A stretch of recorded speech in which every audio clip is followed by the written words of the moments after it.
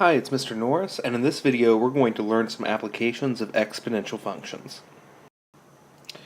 So I want you to consider a situation where, let's say, you have $500, and we're going to consider two different circumstances with that. The first one is that you are making money. Let's suppose that you're gaining 6% of that original $500 per month. And in this other situation, you're still going to have $500.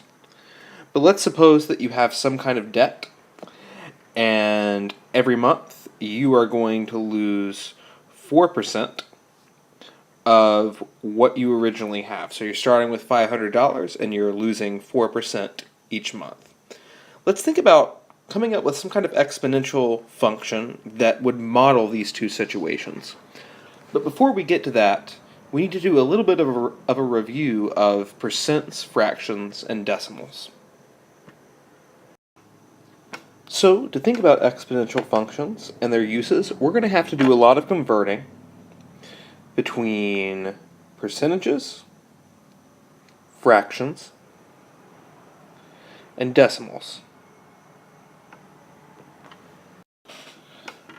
So remember that a percentage is simply a way of describing some number over 100. So if I'm talking about 75%, I'm actually talking about 75 over 100, which is a decimal I can describe as 0.75.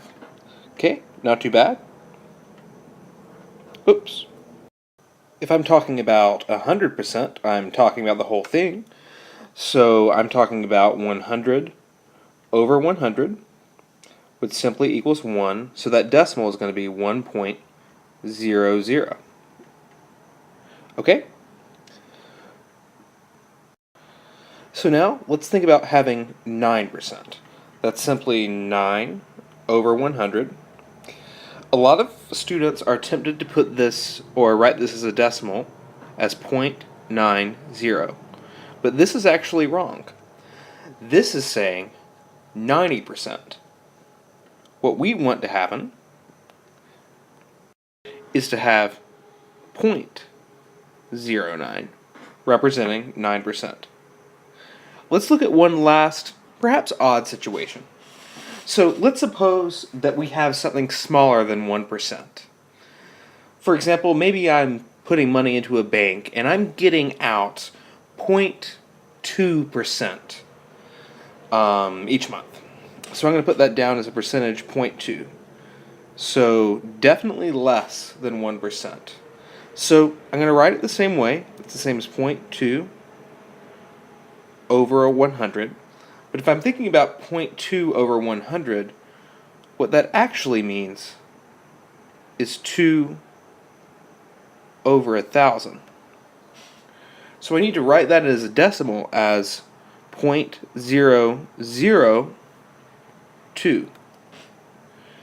Notice that this is significantly smaller than 1%.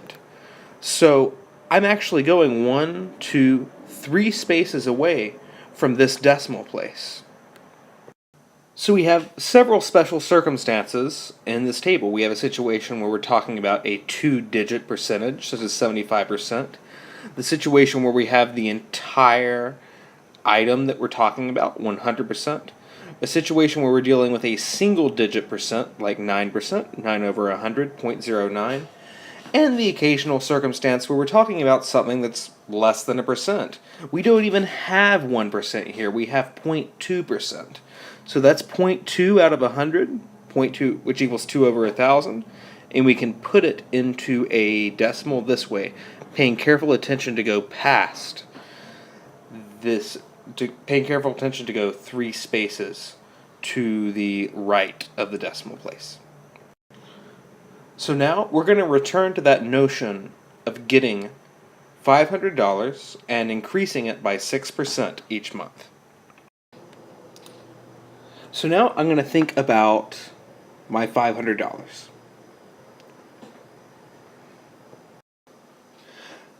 So I know that I want to I know that is increasing by 6% each month. So I want to figure out how much money would I have after the first month. Well, maybe I'll do this. Maybe I'll come down here and I'll say 500 times 0.06 because I know that this represents 6%.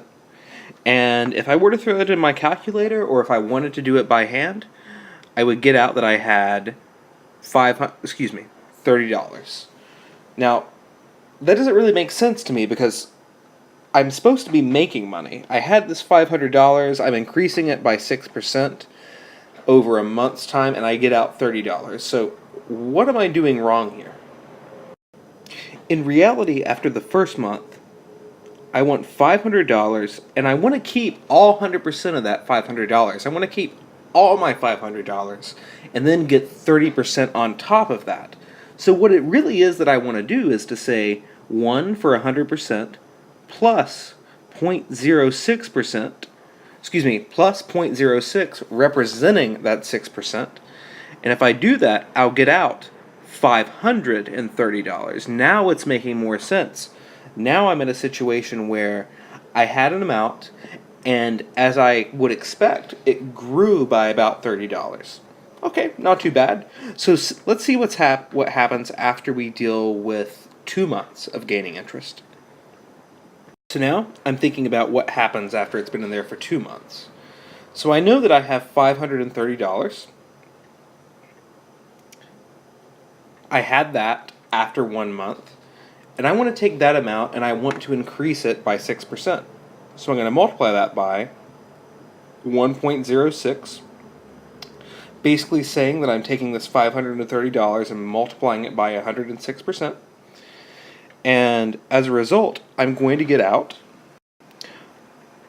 $561.80. Okay, not too bad. Let's try it one more time. Let's try and see what happens after 3 months. So I'm going to come down here, indicate my third month. So I have $561.80. I'm going to multiply that times 1.06. And when I do that, I get out $595 and about 50 to 51 cents. I'm going to round up to 51. So $5.95, 51. Okay. So really what we have going on here is we had an original amount of $500. We multiply it by 0.06. We get a new amount. We take that amount and then we multiply it by 0.06 again. We take that amount and multiply it by 0.06 again. So if I wanted to write an expression that would take all of these 3 steps and put them into one step, let's say I didn't know any of this and I only knew that I had $500 and I wanted to know how much money that I would have after 3 months. So I would come in here, I would put $500, I would multiply that times my rate, which is 1 plus 0.06. I would raise that to the third power because I'm talking about 3 months' time that this amount of money is going to be in the bank, that this amount of money is going to gain interest. And if I did all that, I would get to this answer, to $595.51.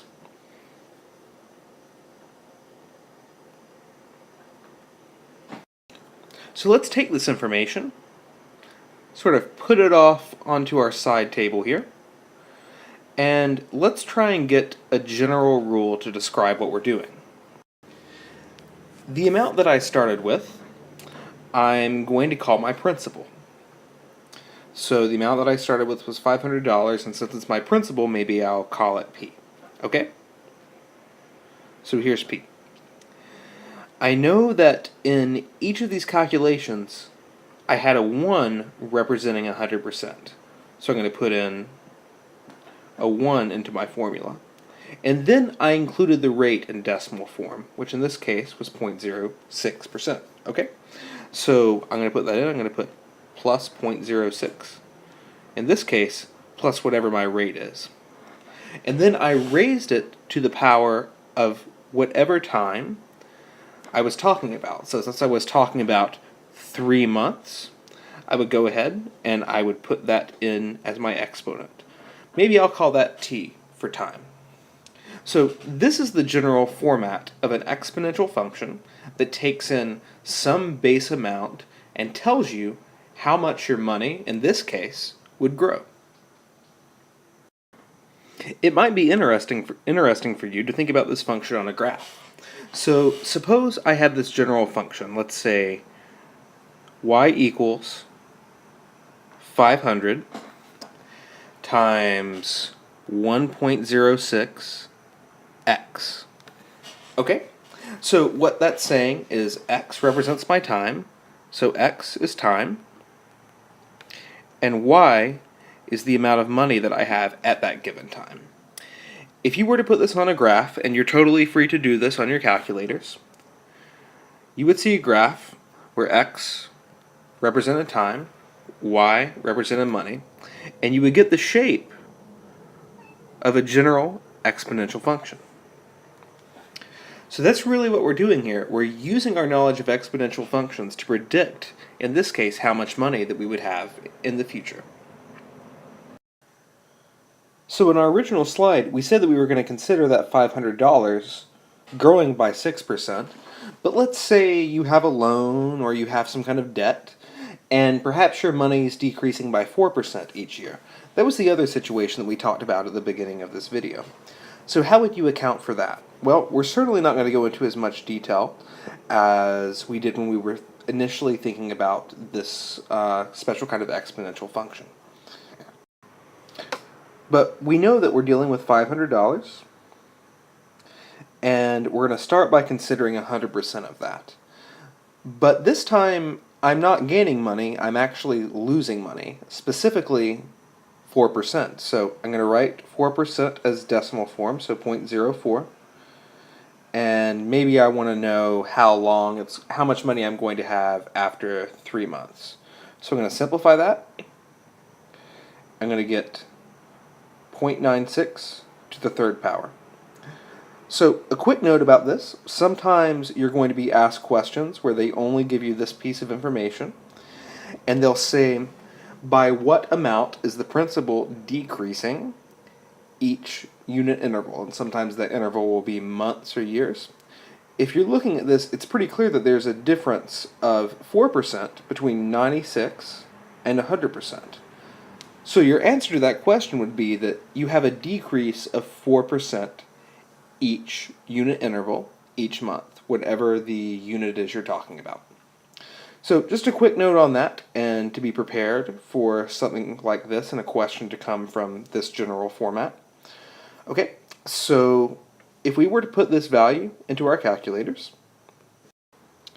we would get out $442 and about 37 cents. Okay, so we've seen a case where we can use an exponential model to talk about an increasing amount of money or a decreasing amount of money. But we need to make a special note and pay some special attention to the matter of units.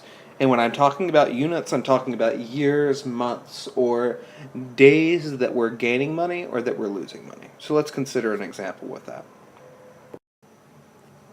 So let's consider this question. Suppose that you have $250 that increases by 11% each year. How much money will you have in 18 months? So the first thing that we need to notice about this is that we have some difference between units. So in this first line they're talking about a rate in years, but they're asking you to find an amount based upon a number of months. So we want to find some way to fix this problem where we're working in the same unit. So let's think about this. It's pretty easy to say that we have $250 and that $250 is going to be our principal. And we definitely want 100% of that, so I'm going to put a 1 there. The question is, I'm doing plus something, but what is that something going to be? Well, 11% is the yearly rate. You gain 11% each year, but how much would you gain each month? So to do that, I'm going to recognize that there are 12 months, clearly, in a year. So I'm going to take 0.11, but I'm going to divide that by 12, representing the number of months that we're talking about. Then, for this value in the top, my power, I'm talking about over a time of 18 months. So since I've accounted for the fact that I'm working since I'm accounting for the fact that I'm working in months, and I've changed my rate to reflect that by dividing 12 into 0.11, I'm going to go ahead and raise this to the 18th. And if I did that, I would get out that I had $294.63 at the end of that time, at the end of that 18 months. So you're definitely going to get a lot of practice considering units as they relate to these kinds of real-world problems. It's very important to consider how is your rate being described, and what is the question asking? Is it asking you to think about an answer in terms of the same unit as your rate? In other words, in this specific example, is it asking you to give an answer in terms of months? So these are ideas that you want to consider as you go in to practice some of these real-world examples of exponential functions. So I want to take just a few more minutes to show you a classic example of exponential functions being used in the field of biology. So there's a very, very famous function that is represented as p times p naught, p sub 0, to the e r t. Now, what does this even mean? I'm definitely going to tell you about that. So first of all, P naught, we're talking about initial population. So let's say I'm a biologist and I'm studying a species that lives in a particular area, and I know that there's this certain number of species that live in this area, and I want to know how that population changes over time. Well, P naught is going to be my starting place. That's my initial population. R represents my rate. So maybe I know that a population grows at, let's say, maybe 0.1% per year. So we're thinking about rate of growth, but it's not just growth. Sometimes we can have a situation where a population declines, so we think about that as something called exponential decay. Finally, I imagine that you know what t means. We're referring to the time. So does that mean that I'm interested in how a population changes over a period of 6 months, or am I interested in how a population changes over a period of 100 months or even 200 months? So there's one final part of this that you may not have been exposed to, and I don't want you to worry too much about, but there's a very special number that we use a lot, and we use it so much that we've given it a letter called E. You might think that this seems really weird to give a number of a specific letter, but you've given a special symbol to the number 3.14 because you see it so much. We don't want to write that every time, so we say pi. The same is true of the number e. E is approximately 2.718. Okay, so let's take all this and sort of push it to the side and see an example of how this very famous exponential function can help us solve a real-world problem. So let's suppose I'm interested in the population of deer in a certain area of North Carolina. And let's say in that area there are 400 deer, and I want to know what happens over a period of about 6 months. I know in general the deer tend to grow in population by about 1% each month. So I'm going to put in 0.01 here. So now I want to figure out what the population is going to be at the end of 6 months. And I can use this formula to model that. And if I did that, I would get approximately 425. So at the end of 6 months at this rate, I'm looking at approximately 425. So what's really nice about this is if I wanted to, I could throw this into the y equals part of my calculator and see an interesting graph. So maybe I want to see how things change over time. So I'm going to write y equals 400. All I did is I changed this p to y. I'm going to bring down my e, bring down my 0.01 since that's my rate. And instead of writing t, I'm going to put x since my calculator will only accept x's and y's. So out of that, if I were to graph this, I would get a nice picture of how that population grows dramatically over time. So I don't expect you to worry too much about this formula. I do want you to understand the idea of compound interest and the notion that we can take some principal and multiply it some rate and raise it to some power which represents time. This is a classic example this particular slide represents a classic example of population growth and how we use exponential functions to model certain kinds of population growth. So that will conclude this video on applications of exponential functions in the real world.